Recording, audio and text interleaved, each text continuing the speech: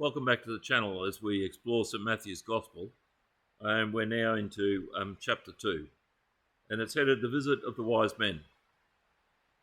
In the time of King Herod, after Jesus was born in Bethlehem of Judea, wise men from the east came to Jerusalem, asking, "Where is the child who has been born King of the Jews? For we observed his star at its rising and have come to pay him homage." When King Herod heard this, he was frightened, and all Jerusalem with him. And calling together all the chief priests and scribes of the people, he inquired of them where the Messiah was to be born. They told him, "In Bethlehem of Judea, for so it has been written by the prophet, 'And you, Bethlehem, in the land of Judah, are by no means least among the rulers of Judah. For from you shall come a ruler who is to shepherd my people Israel.'" Then Herod secretly called for the wise men and learned from them the exact time when the star had appeared. Then he sent them to Bethlehem, saying, "Go and search diligently for the child, and when you have found him, bring me word so that I may also go and pay him homage."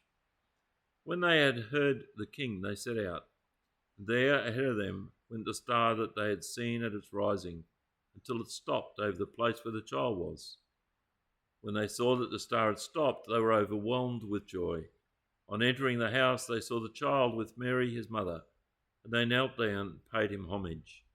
Then opening their treasure chests, they offered him gifts of gold, frankincense, and myrrh. And having been warned in a dream not to return to Herod, they left for their own country by another road.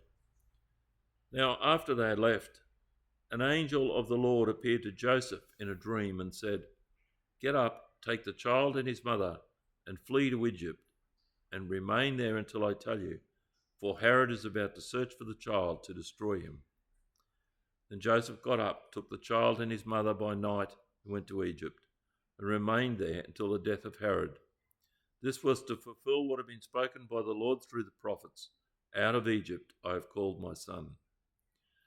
But when Herod saw that he had been tricked by the wise men, he was infuriated, and he sent and killed all the children in and around Bethlehem who were 2 years old or under, according to the time that he had learned from the wise men.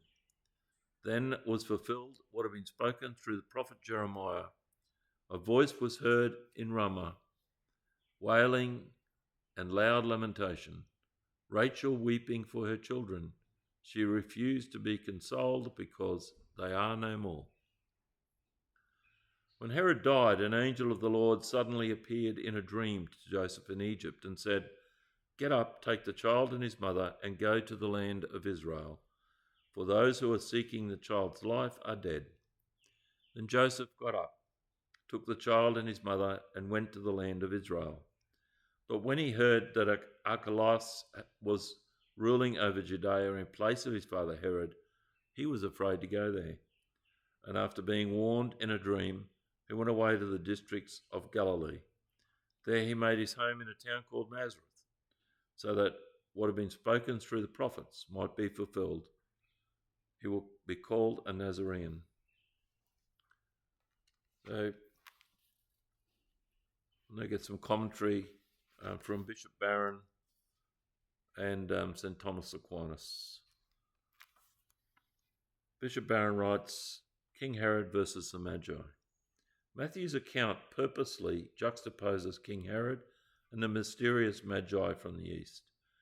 History tells us that Herod was a consummate political survivor, a canny realist who had, through threats, murder and corruption, found his way to the top of the political ladder. But while he was fussing around, desperately trying to maintain himself in power, figures from a distant country were blithely indifferent to politics and games of domination, and instead they were intensely surveying the night sky, looking for signs from God. They found one. As these magi crossed the border into Herod's country, they came onto Herod's radar screen. Who were they? Spies? And whom were they seeking? A newborn king. To Herod, that sounded like a threat. It sounded like treason. So under the pretense of piety, he called the Magi to himself and inquired after the star's first appearance, getting the time coordinates. And then he asked them to go to Bethlehem and find the exact locale. Why? To stamp out this new baby king, this king who threatened to undermine Herod's tyrannical rule. Herod was afraid of Jesus and responded with violence. The Magi were captivated by Jesus and responded with worship. From St. Thomas Aquinas, we have the three gifts. The Magi found three things in Christ, namely royal dignity, he shall reign as king and deal wisely. Therefore they offered gold in tribute, the greatness of the priesthood, and therefore frankincense as a sacrifice, man's morality, and therefore myrrh. And from Bishop Barron once again, who were the Magi? In this chapter we're introduced to the wise men, often described as Magi or astrologers, who were seeking out a foreign king. In many ways, this is a microcosm of God's plan for humanity. The Old Testament reveals how God chose Israel to be especially his own, a priestly people, a holy nation. But the reason for this choice was not to glorify Israel over against the other nations. Rather, it was to make of Israel a beacon to the world, so that through Israel all might be gathered to himself. Similarly, the wise men are seeking a king born for the Jews, but he wouldn't be for the Jews alone. This Messiah would be the King of Kings, a light to all nations. How wonderful that the sign of this king's birth should be a star, something that can be clearly seen by every nation and from every nation. And when the Magi saw it, they were willing to leave their own country behind. Then after greeting the newborn king, they went back to their own country, but they went back by a different route. This is a biblical sign that they were changed. They would remain Babylonians, but they had become citizens of a higher country. They couldn't return by the same path. Thanks for listening.